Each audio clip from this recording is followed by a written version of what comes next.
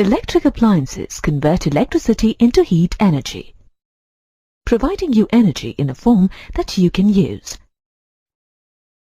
In this lesson, you will learn how electrical energy transforms into heat energy. At the end of this lesson, you will be able to describe the heating effect of electricity, identify the cause of the heating effect of electricity, illustrate the working of an electric fuse, state and derive Joule's law.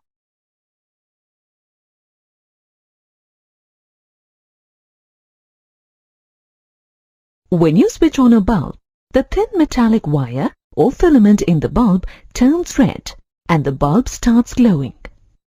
This is because when an electric current passes through a metallic conductor, the conductor gets heated. Thus, electrical energy is transformed into heat energy. This is called the heating effect of electricity. Many appliances in our household utilize the heating effect of electricity. Some common examples are electric irons, room heaters, and storage water heaters. How does the electrical energy of current get converted into heat energy? Every conductor offers resistance to the flow of current. When a potential difference is applied across the ends of a conductor, the free electrons in the conductor start drifting from the low potential end to the high potential end.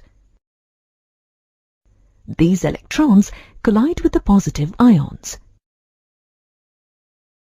That is, the atoms that have lost their electrons.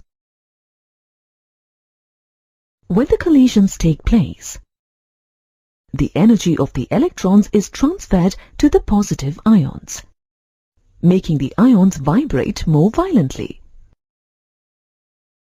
This creates resistance to the flow of electrons. The electric current has to overcome this resistance.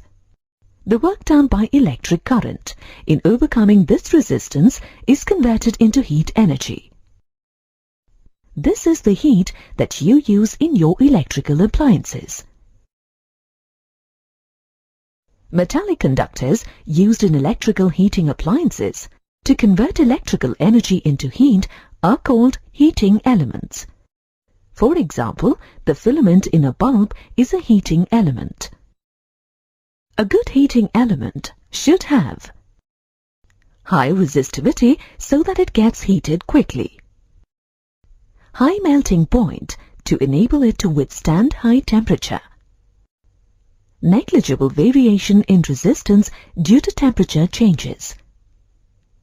Three metal alloys most commonly used as heating elements are nichrome, an alloy composed of 80% nickel and 20% chromium; manganene, which is 86% copper, 12% manganese and 2% nickel; Kamendra, a copper-nickel alloy with 60% copper and 40% nickel.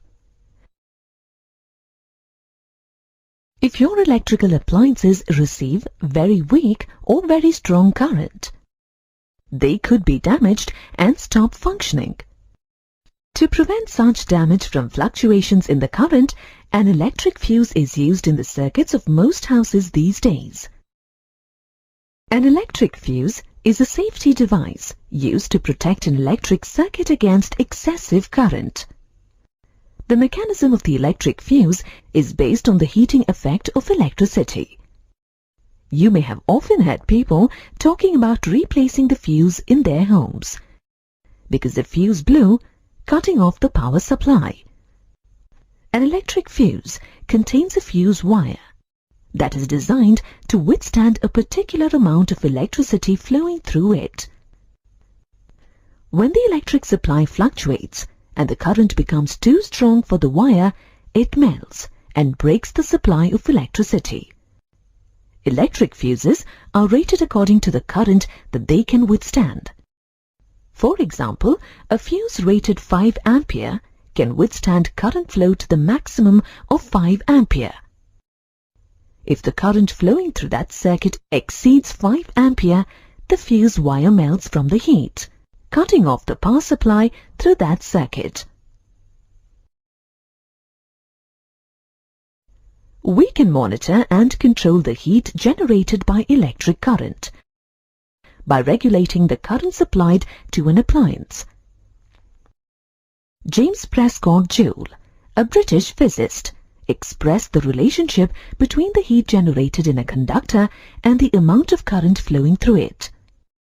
This relationship is popularly known as Joule's law or Joule effect.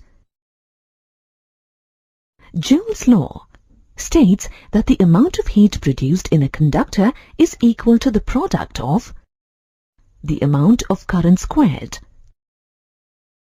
the resistance of the conductor, the time for which the current passes through the conductor. To derive Joule's law, let a potential difference of V volts drive a charge Q coulomb through a heating element, and W be the work done. The potential difference is a measure of work done in moving a unit charge across a circuit. From this, we get equation 1.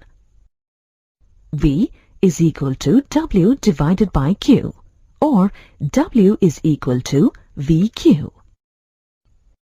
The amount of electric current passing through a circuit is the product of the rate of electric current and the time of flow. From this, we get equation 2. I is equal to Q divided by T, or Q is equal to IT. Substituting the value of Q in equation 1, we get equation 3. W is equal to VIT. Now let's use Ohm's law. V is equal to IR. In expression 3, to get the formula for the total work done by electric current.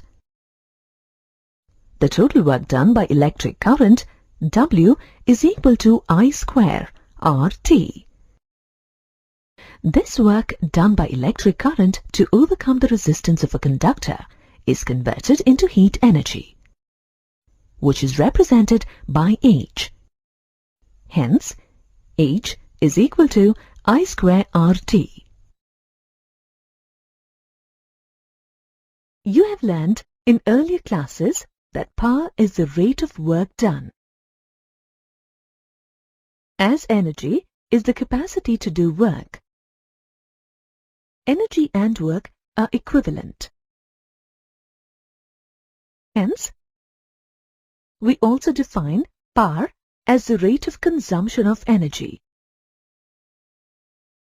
In terms of electricity, the rate of consumption of electricity is electric power.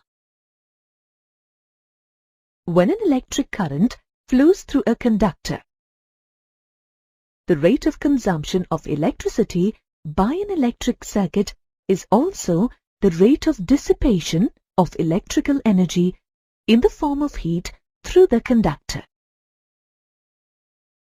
We have seen earlier that electrical energy is expressed as W is equal to VIT, or W is equal to I square RT. Hence, electric power can be expressed as P is equal to VIT by T. This implies P is equal to VI, or P equals to I square RT by T. This implies P is equal to I square R. Substituting V by R for I in the expression P is equal to I square R, and simplifying, we get electric power equals V square by R. The SI unit of electric power is watt and is denoted by W. 1 watt is the power consumed by a conductor having a potential difference of 1 volt across its ends when the current passing through it is 1 ampere.